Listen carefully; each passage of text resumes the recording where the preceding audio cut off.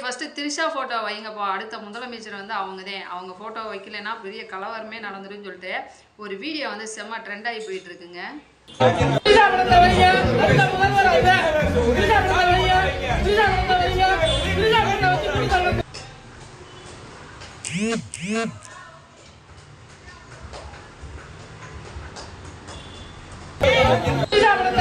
சிவகங்கை மாவட்டம் காரைக்குடி மாமன்ற கூட்டத்தோட வந்துட்டு ஒரு கவுன்சிலர் வந்து என்ன சொல்லியிருக்காரு அப்படின்னம்னா, திரிஷா போட்டோவை தான் வைக்கணும் மாமன்றத்தில். அதேமாரி அவங்கதான் ஆட்சி மாற்றத்துக்கு காரணம், அவங்கதான் அடுத்த முதல்வரும் கூட.